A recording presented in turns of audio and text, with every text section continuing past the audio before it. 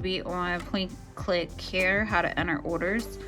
So you can see dash, profile, census, med, diagnosis. All of that is not selected. You can tell because it's gray. So I have selected orders here. That's the tab we're under. And then see where it says new, that's where you're gonna click on to get to orders. So I'm gonna go ahead and click on that. Okay, so once you click on new, this is what comes up. You can do pharmacy, diagnostic, laboratory, diet, supplement, enteral feed, and other. So for this video, I'm gonna do pharmacy and other. So first we're gonna go with pharmacy. Okay guys, so once you hit new and then you hit pharmacy, this is what shows up. There's 3 sections, I think. So there's order details, then there's scheduling details, source details, and then you have the option to save, queue and new, or cancel. At the end of mine, I'm gonna hit cancel because I'm not actually gonna save this order, so it's not a real order. Okay, so let's go back up to the top to order details. Okay, so we're back on order details. So you would put in the order date and time when you got the order. Then you're gonna click order category, and if you click that, it's the same thing as when we clicked new on the previous screen where it said pharmacy. Here, I can click it just to show you.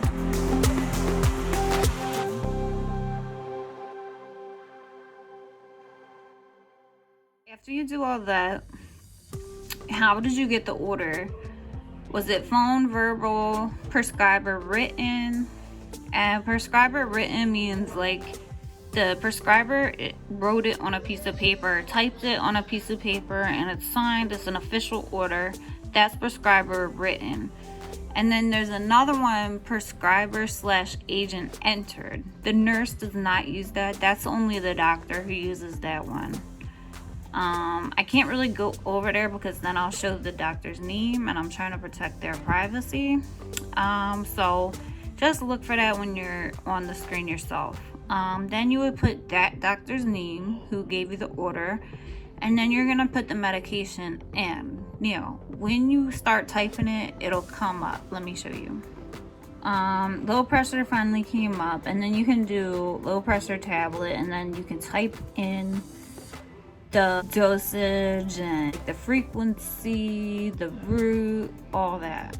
Or you can do and put in click low pressure 50, low pressure 100, or you can do a template. Now if you do the template, it enters in all that information you're looking at, the 12.5 milligrams, the PO, the BID, the low pressure, and then the name.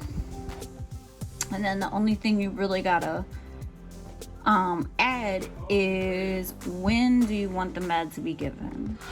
So we can do it both ways. Okay, let me show you. Okay, so I am going to put low pressure tablet just to show you how to enter everything in.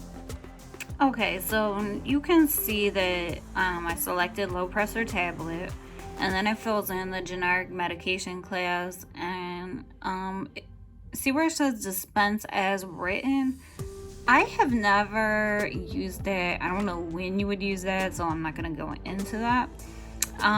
You do need to select order type. So obviously if you're entering a med, you want it in the MAR, but I'm just going to show you what pops up when you click that menu. So let me show you. Okay, so this is what comes up. It's either gonna go into the MAR, the TAR, or the PRN TAR, but we're doing low pressure, so we're selecting MAR, medication MAR, because we want it to pop up in the MAR on the med pass, not on the TAR.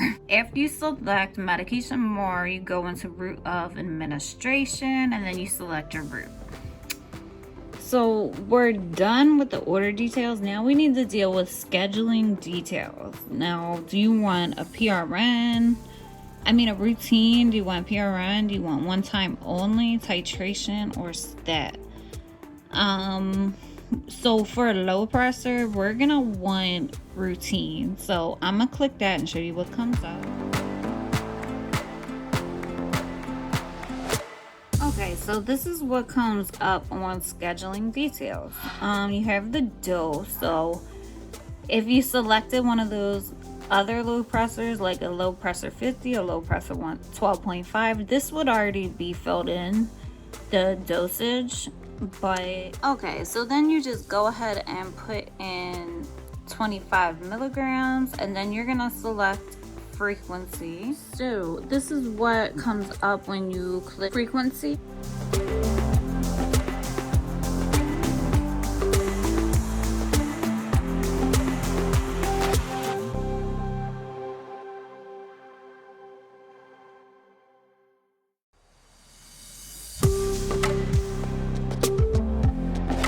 Okay, so I clicked 2 times a day because we're talking about low pressure.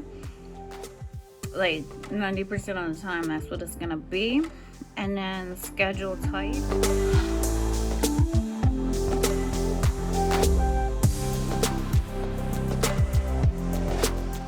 Next is time code. So it's BID. So, well, 2 times a day. So then BID comes up, and then you select your BID. For low pressure, I usually see it given 9 and 9. And like if the patient has 9 and only 5s, then ask the doctor, should we just do it at 9 and 5, because their meds are all scheduled at 9 a.m. and 5 p.m. So just ask the doctor, okay? Okay, then you would do indications for use. If you select the first magnifying glass, it's gonna bring up that specific patient's diagnosis with their codes. If you do the next one, 4, and then in parentheses it says indication for use, you can just free write in there. So I'm gonna do that. Okay, so I've just wrote in there hypertension, and then you can put parameters if you need parameters. So if the doctor wants parameters, they will give it to you. Or if you go in the blood pressures and you see the patients right on the borderline, like sometimes they're 105, sometimes they're 102, like you might want to tell the doctor that and suggest parameters, and they'll just be like, okay, like they don't care. But if the doctor knows that patient and knows their blood pressures, then she'll give you parameters or not. So just get all your questions out when you're taking orders from the doctor, okay? So say it's morning time and you want it to start tonight. You would start it for 2100, which is 9 p.m. and then select the end date, and then you can do end date by duration or a specific date, but in this case there is no end date. It's just gonna be a new order for the patient that they're just gonna have every day. So since we have parameters, we need to add supplementary documentation, because it just makes it like way more safe, because then the nurse has to put in the blood pressure, and then they're like, why am I putting in the blood pressure? And then they'll read the order more carefully. Like, it's just extra safe to put in supplementary documentation. Like, I definitely recommend it. Like, don't just leave it at that and expect that every single nurse is going to be perfect and read every direction. Just make it like as safe as you can. So let's do supplementary documentation. The times come up that you entered on your facility time code. So then what you would do is go over there and hit add. Okay, this is what comes up, and you can see the administration times right there. So this is what this is where you're gonna add what you want the nurse to put in on the MAR when she's signing out the meds. So for low pressure, you would probably do the blood pressure and the pulse, since our parameters includes both. Okay, so we selected blood pressure and pulse for both. If you had an oxygen order, you would hit O2 stats. If you had a PRN pain med, you would hit pain level. But if it's a standing order pain med, you don't need the pain level, because they are in pain. That's why you're giving the medication, so you don't need to document the pain level on that. That's my nurse educator let me know that. So if you're putting that in, it's basically a waste of time and like a whole bunch of extra clicking for the nurse. So don't do that for standing order pain meds. Anyway, you can see all these other things that you can add. Like if you're doing Ativan, you would do behaviors, because the nurse, if she's given PRN Ativan, then you need to document why are you giving it. And also, like, what did you do to prevent the behavior also, and that it was not effective, and these are the behaviors that you're giving the Ativan to treat. Okay, and then there is custom prompt. I can't really think of a scenario right now where you would need that, but you do definitely need to use that. So just be aware of all these things that you can add in. Okay, so I'm just gonna hit update here, and then you can see for 9 and 2100 now in the EMR, when the nurse is signing out med, she has to put in a blood pressure and a pulse. And then I forgot to add back in the parameters, but there would be parameters there, so she would have to acknowledge these parameters. That's basically it for the scheduling details.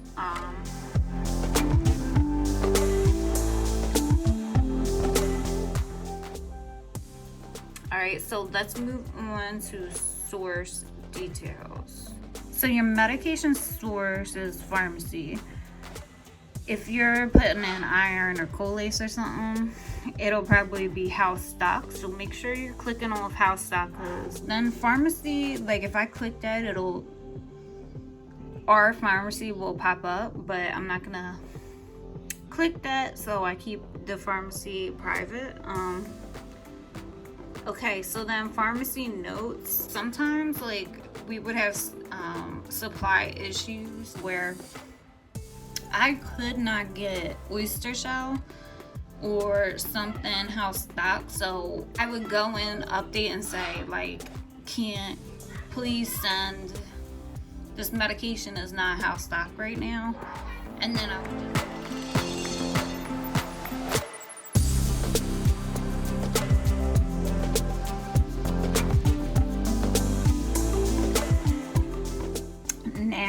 you are ready to save. And if you're doing an admission, I believe you do the middle option, but I can't even speak on that because I never ever used that.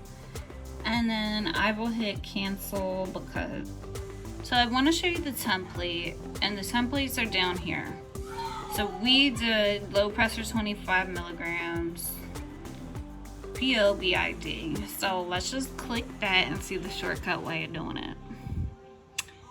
So basically all of this is filled out for you.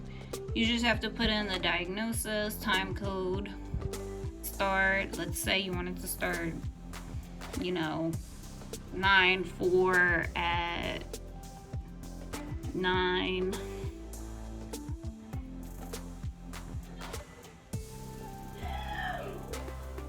a.m. Let's say you wanted to start at 9/4 at 9 a.m. Then that's when it'll do your supplementary documentation, put in your parameters as well. But it's just like a shortcut way of doing it. So if it applies, use that template, and that's basically it with orders for now. I don't want this video to go too long. Let me know if you have any questions. Okay, and in another video I'll do other categories, especially other. That's pretty important. And that's basically it, guys. Like and subscribe if you like this video. Thanks. Bye.